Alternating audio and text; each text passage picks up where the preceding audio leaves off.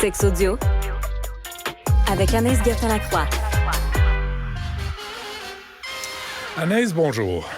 Bonjour, Benoît. Cette nouvelle, Maxime m'en a parlé tantôt, là, ça te met à l'envers comme parent, comme adulte. Oui, exactement. Cette nouvelle à Toronto, en Ontario, en fait, donc les policiers qui ont mis sur Internet une annonce offrant la chance d'avoir des rapports sexuels avec des mineurs, annonce qui a été vue près de 7000 fois. Il y a plus de 600 personnes en quelques jours à peine, Benoît, qui ont répondu en quelque sorte à l'appel. Puis là, je disais ça tantôt, puis je me disais, c'est un addon assez étrange parce que c'est rare que je fais de la pub pour Netflix. Là, on s'entend, toi et moi, c'est tout ce qui est GAFA. Non, mais c'est rare qu'on en parle. Mais la série Fugueuse, Benoît, qui est parue au Québec en 2018, qui avait connu un méga succès, vient tout juste d'être disponible sur Netflix. Et j'ai recommencé, là, il y a 2-3 jours de ça, à l'écouter. Puis là, tu sais, je te ramène, c'est ça, 2018, le MeToo est plus ou moins là. Tu sais, à l'époque, ça avait vraiment fait jaser au Québec. Mais là, je te dirais que ça me rentre 2 fois plus dedans. Peut-être parce que, justement, je suis maman. Donc, il y a peut-être des gens qui avaient des trop jeunes enfants il y a 5 ans pour leur faire écouter cette série-là qui est encore beaucoup trop d'actualité, je te dirais, à mon goût. Ça vieillit soit parfaitement ou ça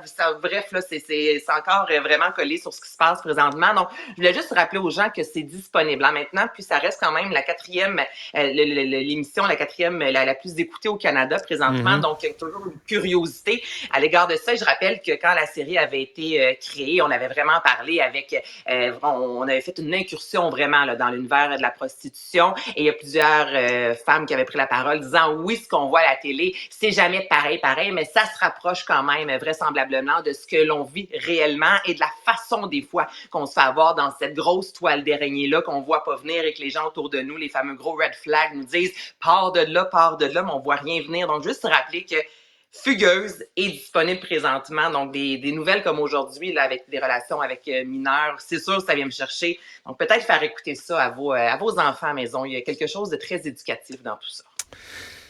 Oui. Et déprimant, mais effectivement, là, c'est un passage obligé. Oui, mais c'est nécessaire. Ouais. De temps en temps, la télévision peut faire œuvre utile, puis ça, c'est le cas avec cette série-là. Mais pas de temps en temps, très souvent, mais là, avec une série comme ça, c'est une belle façon aussi de communiquer avec nos enfants. Là. La théorie des pleurs d'orange.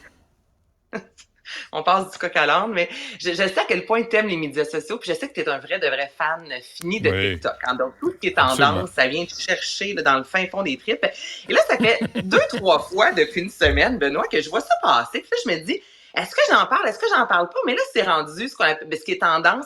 Il y a près de 13 millions, soit de vidéos ou de mots-clics avec cette fameuse théorie de l'orange-là. Donc, je crois que c'est digne de mention. Et c'est beaucoup les femmes qui analysent leur mari. Puis, je vais te parler par la suite, ou leur chum, de les paillettes également, qui font un gros retour sur TikTok également. Donc, la théorie de l'orange. OK, Benoît, on est un couple ensemble. On s'aime. Et là, moi, j'adore les oranges, mais je déteste éplucher l'orange. OK, si je te demande, est-ce que tu peux m'apporter un orange? Je te teste.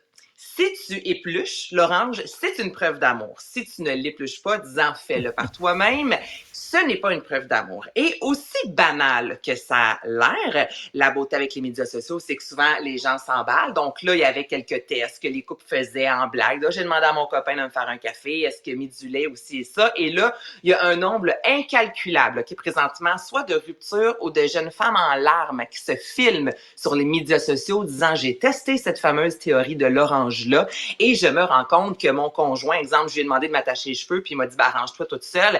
Donc, c'est incroyable aussi tous les mots-clics en lien avec rupture, c'est vraiment des jeunes femmes, là, comme l'influence, la naïveté, qui sont en larmes, se filmant, disant, je me rends compte que mon chum m'aime pas. Et il y a quelque chose d'alarmant, là, Benoît, là-dedans. Là. Tout ça part d'une orange à éplucher et à la base, c'était drôle et c'est devenu viral avec des vraies jeunes filles qui semblent, le terme détresse est un peu intense, mais qui sont en pleurs, disant, mon chum m'aime pas et finalement, on s'est laissé. Et je te ramène qu'il a refusé d'éplucher une orange. Il y a quelque chose... Non, mais c'est absurde. Ils et sont c'est épais. Troublant en même temps. Mais ils sont juste épais. Il y a de la naïveté, il y a de la jeunesse. Tu vois ça sur les médias sociaux. Mais non, quelqu'un... T'envoies des vidéos. Anaïs, quelqu'un te demande de lui rendre un service. Cette personne-là, c'est ta conjointe.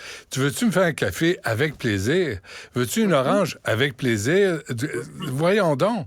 Mais si c'est pas des petits princes qui pensent que le monde tourne autour de leur nombril, ils vont dire, arrange-toi, puis je vois pas. C'est des garçons. Vous méritez mieux. Vous méritez mieux que ces tatas-là qui sont pas capables de rendre service.